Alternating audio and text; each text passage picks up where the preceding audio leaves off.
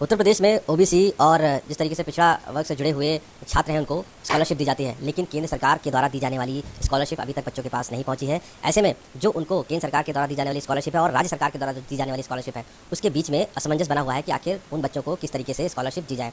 ये बच्चे तकरीबन 40 लाख जो उत्तर प्रदेश में हैं, उनको लेकर एक अहम बैठक हुई जिसमें मंत्री नरेंद्र कश्यप को खुद उतरना पड़ा। ऐसे में हमारे साथ मौजूद है नरेंद्र कश्यप जी, जो पिछड़ा वर्ग कल्याण मंत्री हैं। सर, जिस तरीके से ये ओबीसी स्कॉलरशिप दी जाती है बच्चों को, उसमें जो इकोनॉमिकल रूप से कमजोर होते हैं उनको भी दी जाती है, तो क्या वजह है कि उनको अभी तक स्कॉलरशिप नहीं मिल पाई है? क्या दिक्कत आ रही है? कल हमने दोनों ही विभागों की बैठक करके अपने सभी अधिकारियों को निर्देशित कर दिया है कि पूर्व वर्षों की भांति 2250 रुपये प्रति बच्चे के हिसाब से शीघ्र बच्चों को स्कॉलरशिप जारी कर दी जाए, क्योंकि और अधिक समय तक बच्चों को इंतजार कराना ठीक नहीं रहेगा। हाँ, एक विषय ये जरूर बीच में आया था कि केंद्र सरकार की तरफ से एक निर्देश प्राप्त हुआ है कि जो उत्तर प्रदेश के सरकारी स्कूलों में पढ़ने वाले बच्चे हैं उनको स्कॉलरशिप की धनराशि 4000 रुपये प्रति वर्ष के रूप से दी जाए, ऐसा निर्देश केंद्र सरकार से आया, परंतु धनराशि अभी प्राप्त नहीं हुई है।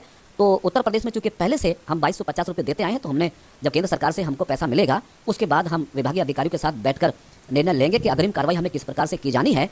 फिलहाल बच्चों की आवश्यकता को देखते हुए पूर्व की भांति हमने 2250 रुपये प्रति वर्ष के रूप में स्कॉलरशिप देने के निर्देश अधिकारियों को दे दिए हैं। संभवतः जल्दी ही उन बच्चों को स्कॉलरशिप मिल जाएगी। सर, कितने बच्चे अभी हमारे पास हैं जो उत्तर प्रदेश सरकार जिनको ये स्कॉलरशिप देती है, और कितने बच्चों को जो सेंट्रल द्वारा स्कॉलरशिप दी जानी है वो कितने लोगों को दी जानी है? एनआईसी के माध्यम से सारे बच्चों की संख्या का सही अनुपात आता है।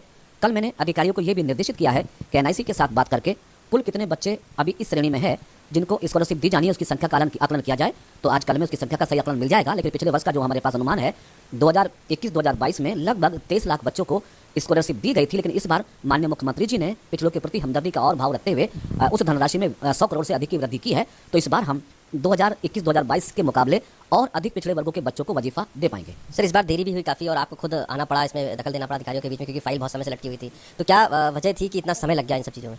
हम ये प्रतीक्षा कर रहे थे कि केंद्र का अंशदान हमें जल्दी प्राप्त हो जाए ताकि हम प्रदेश के बजट और केंद्र के अंशदान के को मिला के एक रणनीति बना सकें। लेकिन चूंकि अभी तक केंद्र की तरफ से धनराशि मिलनी शेष है, इसलिए हमने तत्काल रूप में, चूंकि बच्चों को बहुत इंतजार कराया जाना उचित नहीं था, इसलिए पूर्व के रेट के मुताबिक स्कॉलरशिप देने का निर्देश जारी कर दिया है। अब अभी कुछ दिन में जो यूपी दिवस करके है वहाँ पर भी स्कॉलरशिप बंटनी, जिसमें सीएम योगी आदित्यनाथ खुद ही बच्चों को बांटेंगे, उसके लिए भी तैयारी की गई है। और क्या केंद्र की जो राशि नहीं आई है फिर आगे आप लोग कैसे एडजस्ट करेंगे?